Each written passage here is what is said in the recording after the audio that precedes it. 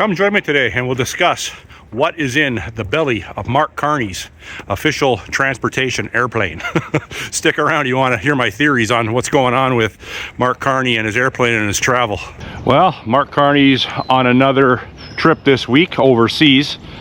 I'm just on a little nature walk right now down by the Black Creek. Beautiful day in Toronto, plus 11, plus 12 degrees.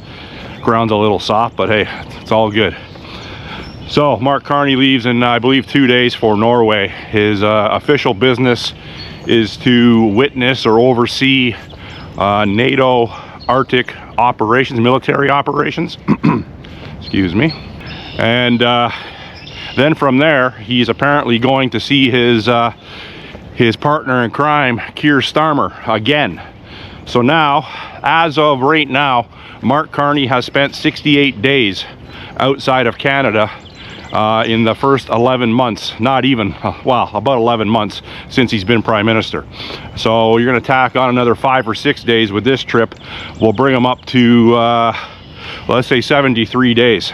Now, if you look that up, you will see that he is by, he is by far the first Prime Minister to spend that length of time outside the country in his first year of office, or any year of office, and in modern history. So I think the next closest person is Stephen Harper. In his first year, he spent 54 days, which I find an exorbitant amount of time as well outside of the country. But Mark Carney has that beat quite a bit. So that's almost 2.5 months outside the country in the first year of his installed prime ministership. Now, it's arguable what he's accomplished. I don't think he's accomplished anything from a Canadian's perspective other than continuation of the managed decline. What he has garnered, or what he's accomplished for Brookfield Asset Management is substantial. So, and that's his whole installation as Prime Minister was to benefit his handlers and himself, and to further the World Economic Forum, and to further globalist domination of the G7 countries, and on the behest or on behalf of China, amongst other countries. Now, disclaimer: this is for entertainment purposes only, and it's just my opinion. Just some guy walking down by a creek in late winter. So now he just came off a trip to Japan, India, and Australia, and he traveled with Gary Busey on that trip. Now, is he taking Gary Busey with him again on this trip? I don't know. I tried to find information on that, and it came up that it's inconclusive at this point. So we'll see if he's bringing Gary Busey with him on this trip. So when Mark Carney travels overseas, he takes a large Airbus as his official transport. Now, I believe it's a CC 330 Husky is the Canadian designation for the Airbus 330. Now, the plane itself, the airplane itself, is maintained by the Royal Canadian Air Force, I'm to understand, but the security of the airplane is it falls on the RCMP and CSIS. Now, that includes the people on the airplane for security checks. That includes the luggage, and I guess anything that could go wrong from a sabotage perspective on the airplane. I would imagine they'd have to sweep the airplane for, you know, booby trap devices or whatever, right? You would think. So I looked up the cargo capacity of the CC 330 Husky, and it came back that that plane in its configuration, in a VIP configuration, can carry 20 tons of cargo. So let's just say, give or take, it's around 40,000 pounds of additional cargo in the cargo hold, the luggage area, and whatever is in the belly of the airplane. Now, you would ask yourself, why is that pertinent information? Well, I'm going to take a little seat up here, and I'm going to explain to you why I think that's pertinent information.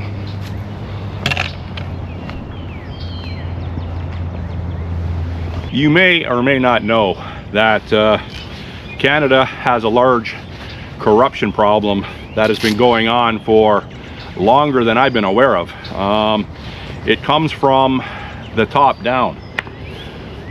Throughout the 11 years of Liberal leadership in Canada, starting with Justin Trudeau in 2015 up until this present day, there has been many corruption allegations levied on the Liberal Party of Canada and the MPs. Multiple MPs have been cited with conflict of interest and other more serious penalties. But the punishment for these penalties under our current parliamentary system is very weak, to say the least. They get like a $300 fine, a $200 fine, a $500 fine, and a little slap on the wrist, and promise not to do it again. It is a joke. It is no deterrent for this criminal enterprise of the Liberal Party to curtail or to even consider stopping any sort of criminal activity. Now, the RCMP is on record saying that there are 4,000 active criminal gangs within Canada. Sam Cooper, I've mentioned him many times, and people that follow this content will know that name. He's, in my estimation, he's Canada's best investigative journalist, and he has, for at least a decade, and I'm sure beyond, a couple decades, he has been voicing his concerns and his investigative findings to the Canadian public, to the RCMP, to CSIS, to other journalists, and to retired top-level policing people. And he's on record many times saying that the Chinese Communist Party is an international drug syndicate that uses other countries to saturate North America with deadly drugs, including fentanyl, carfentanil, methamphetamine, and cocaine. Now, the Iranian, the IRGC is involved in this drug operation. Mexico is, Central American countries are, South American countries are. And now, if you look at what Donald Trump did in Venezuela with Maduro's, okay, so that was identified as a drug exportation hub, but a lot of people, moreover, were saying that Trump invaded Venezuela due to oil. Now, the Iranians and the Chinese and Russians were in Venezuela as well. Then the Venezuelans were supplying Cuba with oil, fuel, and apparently Cuba was being used as a drug distribution point as well. China and Russia and Iran were in Cuba as well. So systematically, what I'm getting at here, systematically, Trump is going into countries and he's eliminating competition for oil and the exportation of deadly drugs throughout the world, but more importantly, his country, the United States, and subsequently Canada. So in my opinion, this is just a couple aspects of what Trump is doing regarding his geopolitical stance, his foreign policy. It's to secure oil, and it's to curtail or stop the flow of drugs, including taking out El Nacho in Puerto Vallarta, the head of some cartel down there. I can't remember the name of the cartel, but whatever. He was a major player. Now, the drug money finances a lot of nefarious black operations, including financing the Democratic Party, including financing lobbyist groups, from very top levels to street level boots on ground, including like street level gang members, Antifa types, like I said many times. Now, it's no different in Canada. Now, it would appear that Trump and Carney have been at odds. I'm skeptical about that. There's a large percentage of me that thinks that Carney is working hand in hand with Trump for the same end goal. And you know, if you look at it from that perspective, you could say that Carney is an agent on behalf of the United States. Now, a lot of people will say that is impossible. Trump and Carney really do despise each other. I'm not so sure. Like I've said many times, and a lot of people have said that as well.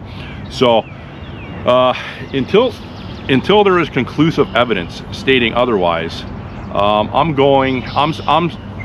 sticking with my thought process that Trump and Carney to a high level are working together. Now, where does that leave Where does that leave the other side of my brain? The other side thinking that Carney is working against Trump. That leads me back to, this is crazy, the cargo capacity of his airplane.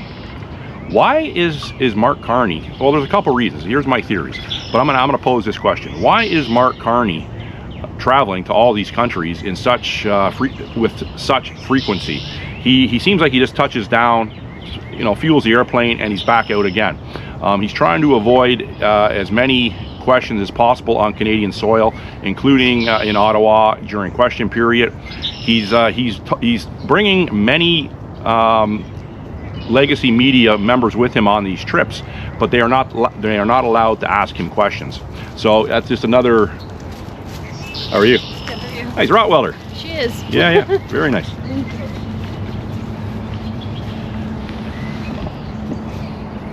Nice little Rottweiler there. Nice looking lady too. That's good to have that Rottweiler when you're a lady walking alone in a park. Today's safety tip: little dogs are no good. Big dogs are good. So you know, like I said, this is just for entertainment purposes. This is just my theory. 2 reasons he travels. You can talk face to face with people that you are in business with, and there won't be, you would hope to think that there won't be electronic devices listening online. If you go into Keir Starmer's office, I believe it's on Downing Street, 10 Downing Street in London, you would have to think that there are no recording devices in that office. Whether there is or not, I'm not sure. But you can rest assured that they are not talking above board. These type people, when they meet together, you know, when you're flying 6 hours to go meet someone across an ocean, you know, you're doing it because you don't want record of the conversation. Now, this is where it might get crazy for some people. What's in the cargo hold of that airplane? What's in the cargo hold of that CC-330 Husky Royal Canadian Air Force Airbus? What's in the cargo hold other than, you know, luggage, fine wines, fine caviar? Other than that, what's in there? CSIS and the RCMP are the ones that do security checks on the cargo and manifest of that airplane. There are many many incidents since the Liberals have been in power where the RCMP tend to look the other way when it comes to potential criminal investigations regarding the Liberals. Now, Brenda, not so lucky, the former female head of the RCMP, who Justin Trudeau installed, they were known to have a very cozy relationship. Now you have the new guy, what's his name, Mike Duham, and it's on record that Carney was seen hugging him, the commissioner, or the current commissioner of the RCMP. So this relationship, based on outward appearances, is a little too cozy for a federal police force to enforce any sort of laws against people that are hugging them and appointing them to the position of commissioner. During the Nova Scotia, was it Nova Scotia? Yeah, the Nova Scotia shootings, where I believe 22 people died from that lunatic posing as an RCMP officer, there was a press conference, and there was underhand at play right away to use that tragedy as another form of, or to put more credence on a gun grab. Now, Bill Blair, the former Toronto beat cop that became the Toronto police chief, that became a member of Parliament for Scarborough, he was in Ottawa during the press conference to discuss what happened at that tragedy in Nova Scotia. And Brenda, not so lucky, the little fella, well, the little lady that was sitting to his left, couldn't answer questions. She was looking over at Bill Blair to answer the questions for her, and that's exactly what he did. Now, Bill Blair is no longer a member of Parliament for Scarborough. He has been appointed to the UK High Commissioner position, I believe started last month. Now, that leads me into my next point of concern. There are 3 by-elections that are going to be held on April 13th, 2 in Ontario and 1 in Quebec. I believe it's okay. So the 2 people in Ontario that have vacated their member of parliament seats. One is Chrystia Freeland. She went over to launder money in the Ukraine, and the other is Bill Blair, which I just mentioned, went over to the UK. Now the third one was in Quebec. I can't remember the name, but I'll put it up on the screen. But that seat was contested through legal channels, and it was deemed that there was election skullduggery, and so the seat has been vacated. So Mark Carney has once again put the by-election on Easter weekend, hoping that the people that keep on propping up the Liberal government, the elbows up boomers, they don't travel on Easter weekend, so they will be front and center to vote Liberals in again. So there's a very good chance that all three of those ridings, Spadina University, Scarborough, and I don't know, like I said, I'll put it up. There's a very good chance they're going to go back to Liberal again, which will give Mark Carney and the Liberals 172 seats in the House, which will give him a majority government, nullifying the need for an election, a federal election. So he will get his he will get his majority through very strategic moves within his own party, and using Chinese influence money and black ops money to lure the other three conservatives across the aisle. Chris D'Entremont, Michael Ma, and Matt Genereux, the three stooges. So the three bought and paid patsies. So that's where a lot of this black ops money and a lot of this money that is being funneled through, it would appear to be legitimate causes, but in essence it's just money laundered, and it never goes to any of these places, like I've said, or I've explicitly said in three of my previous videos. This money is just being shuffled around. It's a shell game, and large, vast sums of money are going into the pockets of politicians, either through shell companies, offshore accounts, through relatives, business, unsecured bidding on contracts for very sketchy purposes. And the money is, it's all within the Liberal family, so to speak. So Mark Carney traveling again. Mark Carney with a giant airliner. What is on that airliner? God only knows. God only knows. We apparently have no gold reserves in Canada, thanks to Carney and Trudeau. So is there any gold on the belly of that plane? Who knows? If there is any gold in Canada, it's not being reported. Anything like that could be put on that airplane, and it could be distributed easily. Mark Carney's not going through customs. His people aren't going through customs. The RCMP in CSIS is his customs, and if they're all bought and paid for, what the fuck is on that airplane? What the fuck is he doing? The price of steak isn't going down. The price of gas has gone up 22 cents per liter in Canada in the last 4 weeks. Now, okay, so the Strait of Hormuz has been shut off to oil tankers. Listen, that's got nothing to do with our current gasoline reserves in Canada. It's all a fucking scam. The gas prices going up is currently a scam, and we know that. We know that the big boys that keep us down, keep their boots to our neck at every opportunity, are going to reach in our pocket and keep on stealing from us. And our government not only is not protecting us from that, our government is doing that to a very, in my estimation, a very criminal level. So in wrapping this video up, we're not going to vote our way out of this. As each day goes by, each passing week goes by, there are more and more people reliant on what the Liberal government has set up in this country. It's managed decline, but they keep on bringing in more people from other countries, make them reliant on the Liberal system, and that makes them subservient to the Liberal managed decline. They come in, they get more money than a multi-generational Canadian right off the bat, and they don't have to look for work. They don't really care about the price of groceries because it's all subsidized through the government. There are millions of people in the country that work for at all levels of government.